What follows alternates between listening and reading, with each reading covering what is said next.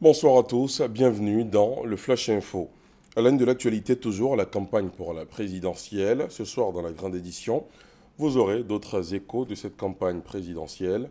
À suivre également sur nos antennes ce soir le deuxième numéro du magazine Face aux électeurs. À la barre ce soir, le candidat indépendant Kouadio Konan-Siméon, ce sera à 21 h. En attendant le scrutin du 25 octobre prochain, la commission électorale indépendante forme ses agents. C'est le cas de la CEI locale de la région du Haut-Sassandra qui multiplie les séances de formation à l'intention de ses agents. Des campagnes de sensibilisation sont également adressées aux populations et aux hommes politiques. Sur place, la distribution des cartes d'électeurs se déroule normalement. Le Premier ministre Daniel Kablan-Duncan a regagné Abidjan hier. Le chef du gouvernement revient du Pérou où il a pris part aux assemblées annuelles du Fonds monétaire international et de la Banque mondiale. C'était du 8 au 11 octobre dernier. Aussitôt descendu de son avion, le Premier ministre a fait le point de son séjour à Lima. Vous l'entendrez tout à l'heure.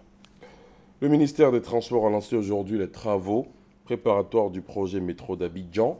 Lancement fait au cours d'une rencontre au plateau. Elle a été suivie d'une visite de terrain avec les partenaires techniques. Reportage.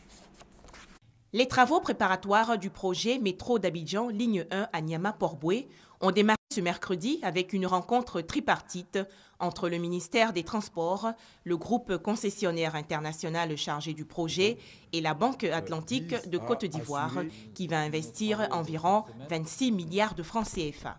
Chaque partie a exprimé sa satisfaction concernant l'avancement du projet.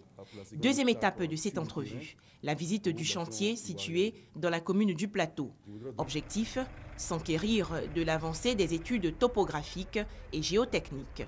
Ces analyses devraient durer 3 mois. Actuellement, nous avons 8 ouvrages à relever, mais je peux rassurer la population que le travail se passe très bien. Nous sommes à notre deuxième ouvrage. Nous sommes chargés de faire les études de sol, ce qu'on appelle communément la géotechnique.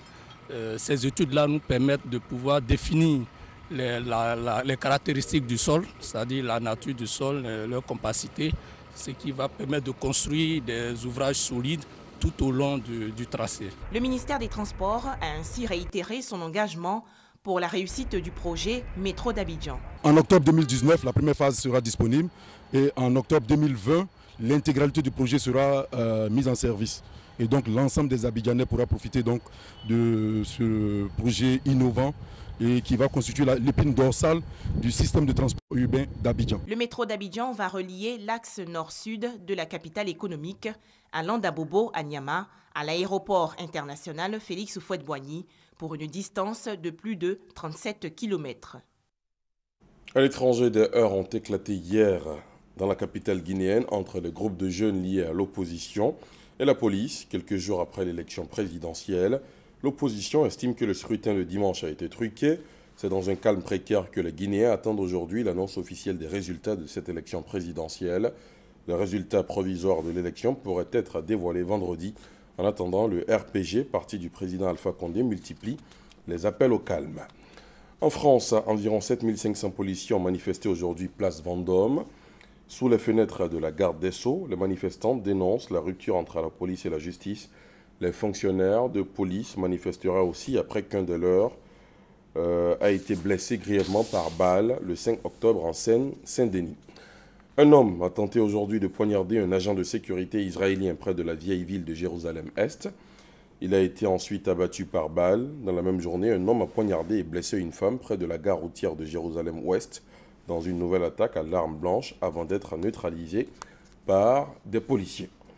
Comme chaque mercredi matin, le pape François a démarré son audience générale par un grand tour de la place Saint-Pierre en papamobile. Puis, de façon inattendue, il s'est adressé aux 30 000 fidèles présents pour demander pardon au nom de l'Église pour les scandales qui, ces derniers temps, sont survenus à Rome comme au Vatican.